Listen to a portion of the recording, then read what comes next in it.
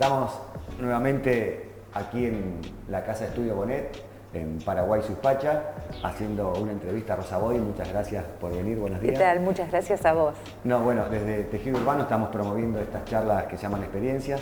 La verdad que Rosa, un placer tenerte, hoy presidenta del CEPAU, arquitecta, investigadora, ha pasado por distintos lugares de la función pública, consejera del COPAU, así que bueno, un montón de actividad y la idea es charlar un poco del hábitat, de la vivienda, de la historia, de cómo vemos hoy el hábitat. Así que nuestra primera pregunta siempre es más o menos parecida a todos los entrevistados, que es ¿cómo ves el hábitat hoy? ¿Cuál es la problemática que más estás viendo hoy del hábitat en Argentina?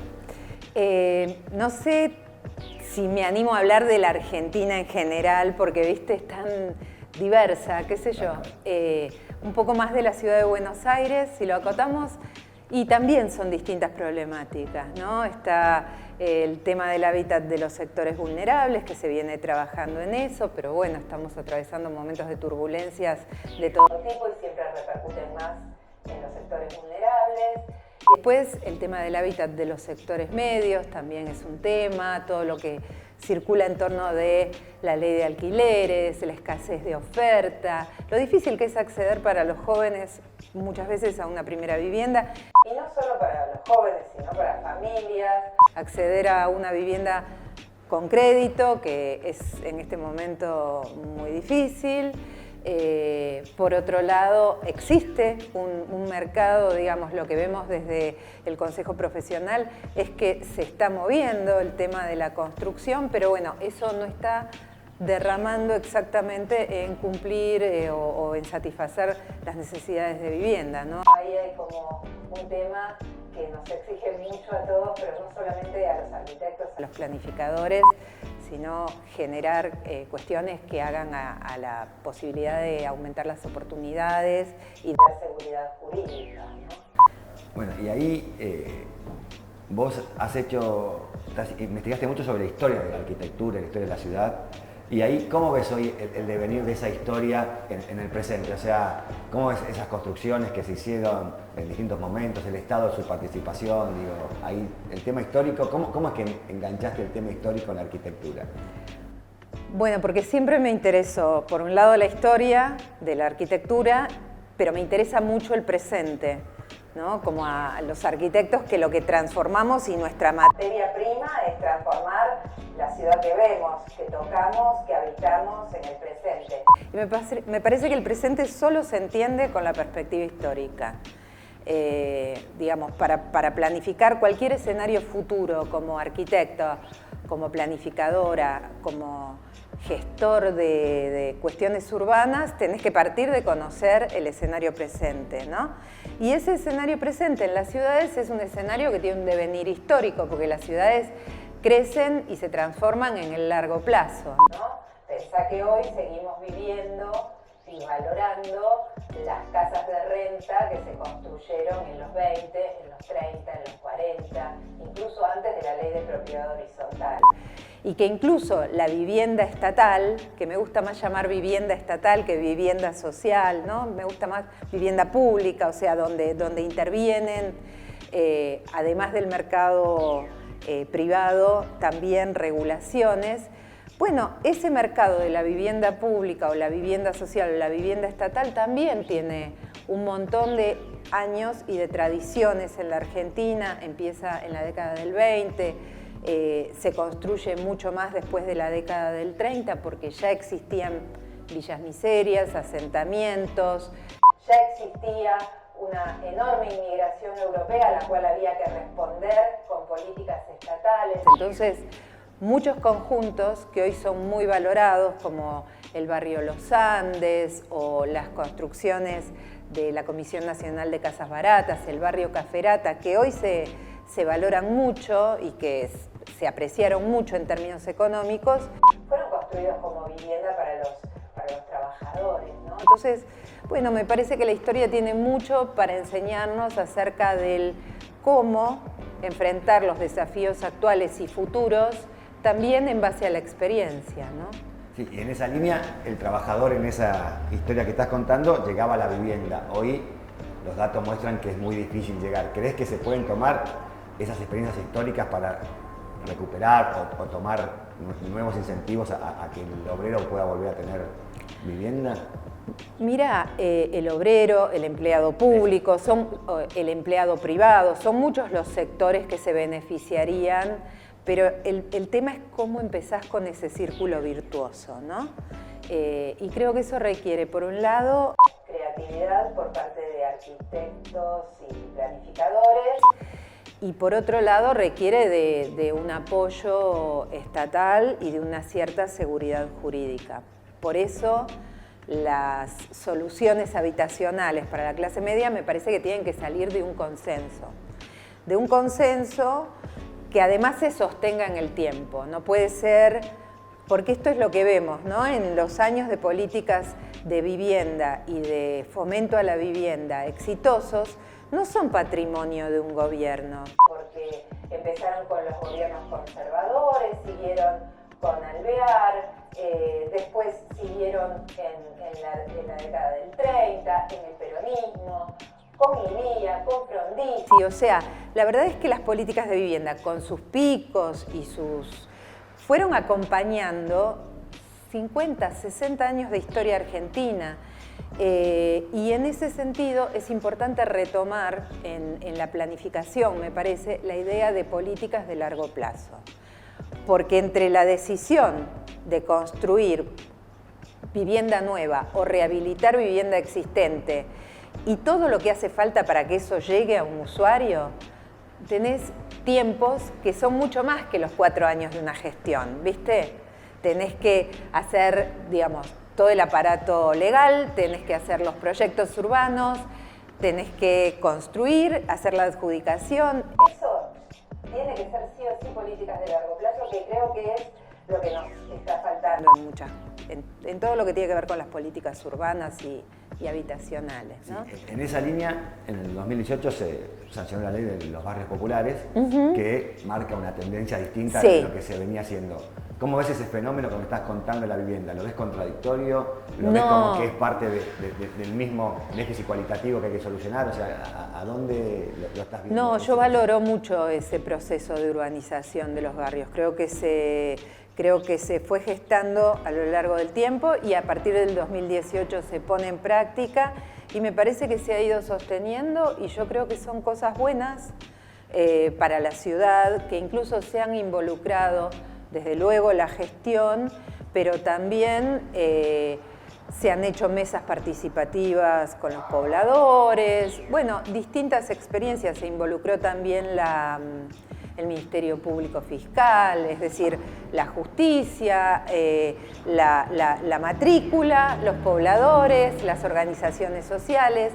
Me parece que el tema de urbanización de barrios populares, que se continúa ahora trabajando también con participación de Nación en el barrio 31, el gobierno de la ciudad, lo que hizo en el barrio Fraga, Rodrigo Bueno. Además, me parece que son un ejemplo de políticas que en el caso de los barrios populares va en el sentido correcto. Me parece que el enorme desafío que tenemos es con la clase media, con los adultos mayores, que muchas veces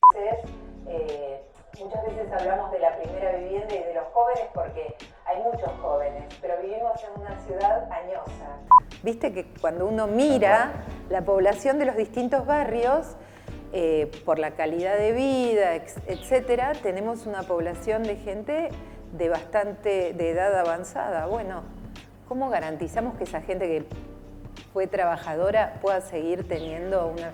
Entonces, ahí me parece que desde lo que podemos pensar, desde la arquitectura y el urbanismo, bueno, hay que pensar soluciones. Yo estuve en Madrid hace poquito, ellos generaron una política muy interesante a partir de la rehabilitación de edificios. Y yo creo que eso es algo muy interesante para... Cuéntanos un poco de qué trata eso. Bueno, a mí me gustaría mucho trasladar y pensar para nuestra realidad, porque, viste, sí, nunca trasladar algo, no. Pero a veces cuando ves experiencias te ayudan a pensar creativamente en tu realidad, tus posibilidades. Y yo creo que nosotros tenemos en la ciudad de Buenos Aires, no solamente en Buenos Aires, en muchas ciudades argentinas, Hablo específicamente de Buenos Aires porque es donde trabajo, pero esta realidad se da en la Argentina. Tenemos una arquitectura muy valiosa y por razones de la crisis, etcétera, muy en un estado de mantenimiento muy malo. Tal vez por políticas patrimoniales, que es un tema sobre el que he trabajado, que no terminan de ser como aplicadas en un sentido que pueda ser aprovechado por el resto de la ciudad. Porque si vos declarás patrimonio algo y el propietario no lo mantiene, bueno, un edificio de valor patrimonial termina siendo una ruina. Y también cargar todo sobre el propietario es difícil. Entonces me parece que lo que han hecho los españoles es unir la rehabilitación con la promoción a solucionar cuestiones habitacionales. Entonces, edificios excelentes como los que tenemos, por ejemplo, en el microcentro o en Once o en Constitución, en muchos barrios porteños donde se hicieron montones de edificios que no están bien mantenidos, bueno, si se arma un círculo virtuoso en el cual los propietarios puedan recibir algún tipo de estímulo económico y rehabilitar, es decir, no mantener todo exactamente igual, tal vez mantener la fachada, pero lo que hacen en España es, si vos reducís un 40% el consumo energético, dejás de pagar un montón de impuestos y te ayudan a rehabilitarlo y te ayudan a, te asesoran en cómo ahorrar. Entonces, por ejemplo, podés mantener la fachada, pero cambiar las aberturas respetando las originales, y con doble vidrio, y con doble contacto, y no sé, cambiar las calderas o el sistema de calefacción, y eso te permite reducir un 30, un 40% de consumo energético. Bueno, ¿cómo se hace para generar un círculo en el cual las asociaciones que manejan la matrícula, las normativas, etcétera, vayan en ese sentido? Me parece que con el programa del microcentro hay una primera avance en ese sentido. Me parece que falta involucrar a la matrícula y a los privados de una manera más integral y coordinar eso. Obviamente España tiene fondos de la Unión Europea que financian este tipo de cosas, pero la Argentina con un programa sustentable podría conseguir. Nosotros decimos que la contracara de eso es que las expansiones urbanas son muy fuertes y después el gasto que hay que hacer por infraestructura y demás es muy alto, con lo cual tenemos una ciudad que podría ocuparse mejor, digamos, me parece que un poco lo que estás diciendo. Absolutamente. Es orientar diferente el mismo tipo de inversión, porque cuando vos de una ciudad empezás a expandirte hacia afuera, tenés que llevar infraestructura no solamente de servicios, ¿no? Agua, cloacas, gas, electricidad, etcétera, saneamiento, sino que tenés que llevar todo lo que hace que al hábitat y que no es solamente las casas. Tenés que tener colegios, lugares donde la gente atienda su salud, bueno, la plaza, el espacio público, el Estado, el correo, no sé, miles de cosas, la seguridad, que es todo un rubro. Bueno. Ahí le dices un peso importante a la planificación. ¿Cómo le das ese rol, digamos, por qué le pones tanto peso a la planificación en tus dichos? Bueno, porque soy urbanista, porque me encanta, porque creo que las ciudades no pueden ser pensadas por fragmentos, que hay algunas cuestiones de lo urbano que tienen que ser miradas de manera integral. Por ejemplo, entre Buenos Aires y su área metropolitana, todo lo que tiene que ver con el ambiente, con la relación con el río, con los efluentes, con la costa. Es por eso que nosotros permanentemente, por ejemplo, en el caso de distintas intervenciones puntuales, decimos, bueno, ¿cuál es desde el CEPAU, ¿no? Desde el Consejo Profesional de Arquitectura y Urbanismo? Bueno, ¿dónde encaja este concurso dentro del plan general? ¿De qué manera esto favorece o va en contra de tener mayor cantidad de terreno absorbente, espacio público? Digo, estamos pasando un invierno donde hoy es una mañana fresca, pero hace 3 días tuvimos 26 grados en julio en Buenos Aires. No sé, la gente en Europa se está muriendo de calor. O sea, no es una fantasía apocalíptica, es el presente, hay que leerlo y creo que los planificadores tenemos una responsabilidad en eso. Y el otro punto, Fernando, que me parece importante es el tema del transporte y la movilidad. Es otra cosa que tampoco se puede pensar por pedacitos, ¿no? Ahora vi un concurso, no lo leí en profundidad, pero que dice Barrios Saldías, ¿no? Y es un concurso que por lo que vi ocupa un pedazo muy chiquitito debajo de la autopista. No tengo nada contra ese concurso en particular, pero digo, el panorama general. Vos tenés ahí un bajo autopista enfocado en un concurso nacional. Entonces, realmente, o sea, ¿dónde está tenido en cuenta el tema de la sostenibilidad de la ciudad, del ambiente y del transporte? Cuando tenés de un lado un nodo importantísimo que es toda la terminal de autobuses de Retiro. Del otro lado, el aeroparque, que tienen una conexión pésima.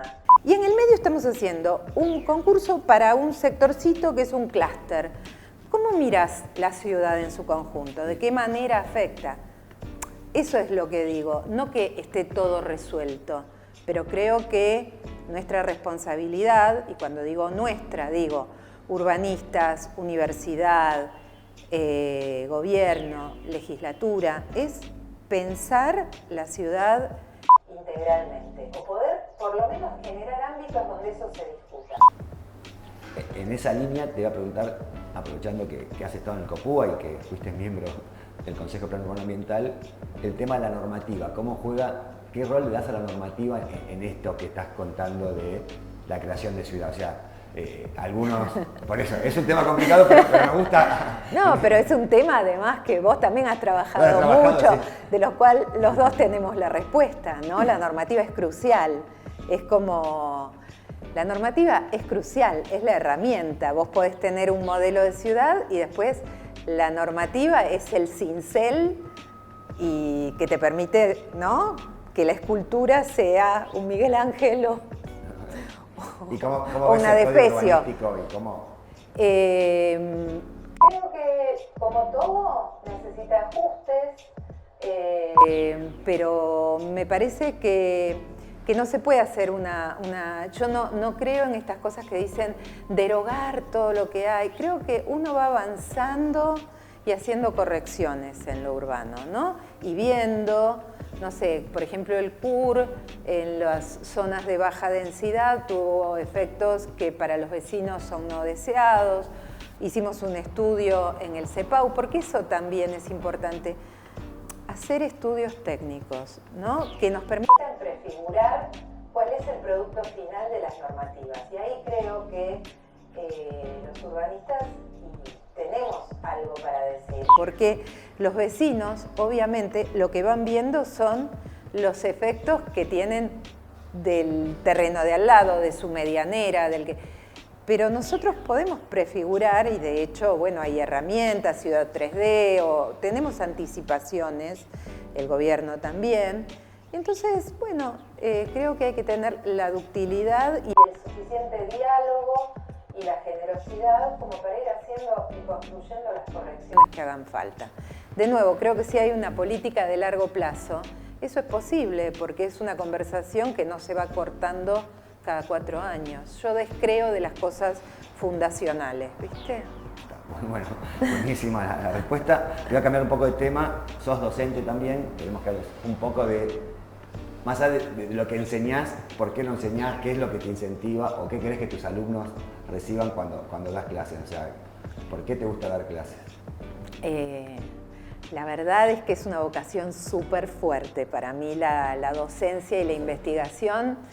Yo muchas veces pienso esto, ¿no? ¿Qué les damos los docentes? Lo que tengo clarísimo es lo que nos dan, ¿no? O sea, todo el tiempo siento que el diálogo con los alumnos, yo estoy en el grado, en la FADU y en el posgrado. Y bueno, y recientemente, desde hace 2 años, en el postdoctorado también. O sea que veo como gente que está, claro, estudiando la carrera, haciendo sus posgrados y que está ya en una instancia avanzada de su formación. Y aprendo tanto, tanto. O sea, es tanto lo que te interpelan los temas, y cada diálogo, ¿no? Me parece que uno como docente lo que hace es, o en mi caso, hacer lo que más me gusta, que es investigar, porque de todo lo que hago, lo que creo que me va a acompañar toda la vida que desde hace mucho y toda la vida que me tengo por delante, es la investigación y la docencia, y eso me encanta, me desafía, creo que me nutre y espero y me hace trabajar en grupo, me ha hecho siempre trabajar en grupo y con gente muy diversa, ¿no? Porque los estudiantes son diversos, los investigadores son diversos, y me parece que eso de alguna manera lo que trae es preguntas, y las preguntas son fantásticas. Nunca te quedas así con solo la respuesta, digamos, siempre aparecen unas Siempre preguntas. aparecen preguntas nuevas y bueno, y herramientas, ¿no? ¿Cuál es tu pregunta así que cuando estás investigando estás hoy preguntándote? Yo en investigación trabajo siempre sobre vivienda, ¿no? Y sobre la dimensión habitacional y sobre la ciudad. Y bueno, en este momento estoy trabajando sobre todo con el tema de cómo lograr una noción que tenga que ver con la dimensión del patrimonio, no entendida desde el lugar de la conservación, sino como política de planificación, ¿no? Activa, presente y futura.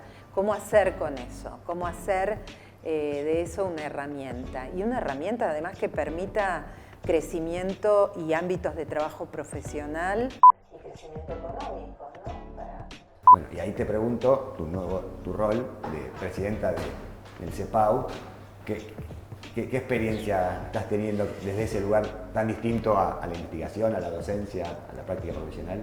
Yo no sé si es distinto, por supuesto, pero en el CEPAU también siento que aprendo todo el tiempo porque el CEPAU es una institución que entrega matrícula, que controla la matrícula, pero que además hace un montón de cosas y a mí lo que me puso y me pone todo el tiempo en contacto el CEPAU es con la realidad de diferentes profesionales de la arquitectura y el urbanismo que hacen cosas muy distintas y con las problemáticas particulares, ¿no? A mí eso me interesa porque estamos en un contexto de desafíos económicos, etcétera, y entender las problemáticas particulares de quienes se dedican al proyecto y la dirección, que son solo un 20% de la matrícula del CEPAU. Hay mucha gente que se dedica a la planificación, a la docencia, a las tramitaciones, al tema de fachadas, a la restauración, a temas que tienen que ver. Entonces, involucrarnos con cada una de esas problemáticas y a la vez tratar de abrir como campos de acción y de formación. Ahí es donde te diría que se vinculan fuertemente todos mis intereses, ¿no? Porque yo creo que a mí lo que me interesa es poder aportar lo que he ido adquiriendo en otros ámbitos en cada nuevo ámbito. Entonces, desde el CEPAU en esta gestión le damos una importancia que ya tenía, pero tal vez hay un matiz mayor al tema de la formación, a poder dar becas a nuestros matriculados y matriculadas, el intercambio internacional, el intercambio con los colegios provinciales. Sí, es un desafío enorme. La matrícula encuentra dificultades muchas veces justamente en estos cambios normativos, en entenderlos. Entonces también hacemos como de puente entre las autoridades y la matrícula, ¿no? Muchas veces recoger estas demandas y estar en diálogo, ¿no? Ese rol a mí me parece que es muy importante del Consejo Profesional, poder poner en contacto, clarificar y pedir correcciones donde creemos que puede hacer falta. En fin, esas cosas. Bueno, Rosa, estamos llegando al final de la charla, se pasó rapidísimo. Hablé mucho. No, al revés, no. Siempre nos queda en las preguntas, yo dejo una pregunta, si algo no te pregunté que te gustaría decir, a veces creo que no, creo que... No, creo, la verdad, gracias porque podemos charlar muchísimo, me hiciste sentir súper cómoda. Y perdón por la verborragia. No, la idea es esto, poder ir hablando del hábitat, de la problemática del hábitat y sobre todo tomar la experiencia de personas como vos que han transitado muchos lugares y que siguen con esta cuestión activa de planificar, de hacer, de juntar, digamos, esto que hablás vos, el CEPAU agrupás un montón de arquitectos de la matrícula, en la investigación lo mismo, o sea, esto trabajar en grupo y ver que uno no puede hacerlo solo, la ciudad no se hace sola, sino que se hace colectivamente. Sí, por ahí para cerrar eso, ¿no? Buscar, yo soy súper agradecida a la profesión en el sentido de que siento que la estrujé y la sigo estrujando en el sentido de visitar las diferentes aristas y demás. Y distintos roles de la profesión. Y creo que tenemos que generar, desde el CEPAU, creo que la responsabilidad es las mejores condiciones para que la mayor cantidad de colegas puedan ejercer la profesión en sus distintos ámbitos, ¿no? Y trabajar en grupo, esto que decís, que creo que es algo que para lo cual, por lo menos cuando vos y yo cursamos no sé, vos sos geógrafo de grado, pero cuando cursamos antes de la pandemia, estamos muy entrenados para trabajar en grupo y es una pena que eso se pierda después en el ejercicio profesional. Creo que aunque uno trabaje solo o sola en un proyecto individual, levantar la mirada y ver la ciudad en su conjunto es algo que ayuda mucho a construir colectivamente, aunque uno trabaje de manera solitaria, como a veces toca. Rosa, bueno, un placer. Y lo mismo, muchas gracias. Estamos cerrando la entrevista con Rosa, la verdad un placer, y nos vemos en la próxima entrevista de Tejido Urbano.